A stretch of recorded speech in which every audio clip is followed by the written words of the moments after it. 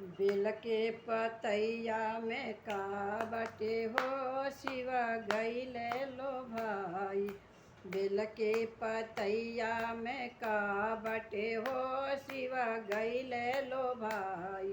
बेल के पतैया में का बटे हो शिव गईले लो भाई।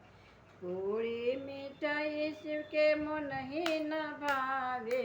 पूरी मिठाई शिव के मन ही न भावे। भंगिया के गोला कहाँ से पाई हो शिव गईले लो भाई। भंगिया के गोला कहाँ से पाई हो शिव गईले लो भाई। बेल के पतैया में का बटे हो शिव गईले लो भाई। बेल के पतैया में कौन गुणा हो भोला गईले लो भाई।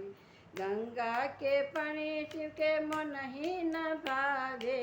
गरुआ के पानी शिव मन ही न भावे। गंगा के पानी कहाँ से लाई हो शिव गईले लो भाई। गंगा के पानी कहाँ से पाई हो शिव गईले लो भाई। बेल के पतैया में कौन गुणा हो शिव गईले लो भाई।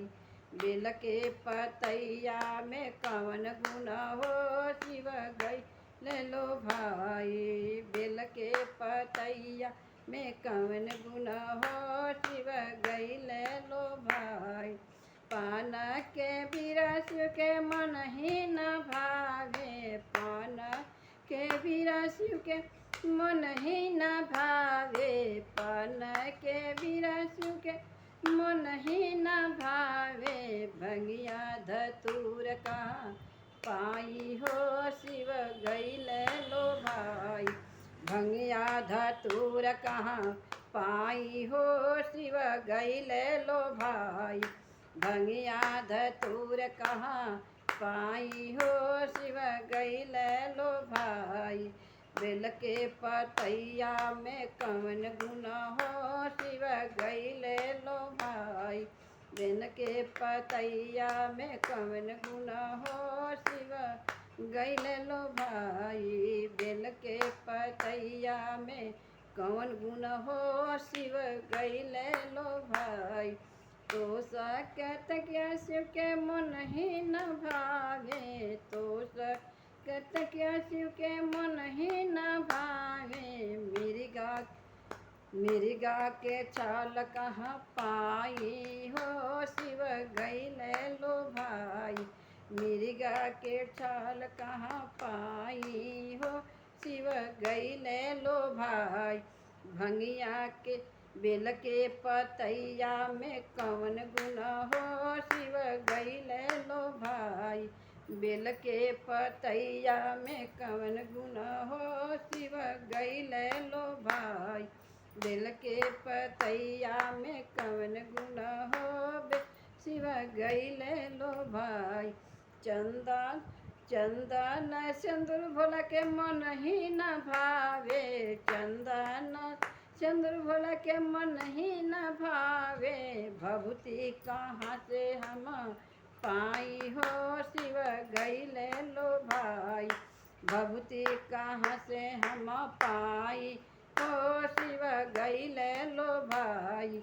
भभूति कहाँ से हम पाई हो शिव गईले लो भाई। बेल के पतैया में कौन गुना हो शिव गईले लो भाई। बेल के पतैया में कौन गुना हो शिव गईले लो भाई। बेल के पतैया में कौन गुना हो शिव गईले लो भाई। पूरी मिठाई शिव के मन ही न भावे। छप्पन भोग शिव के मन ही न भावे। भभूति के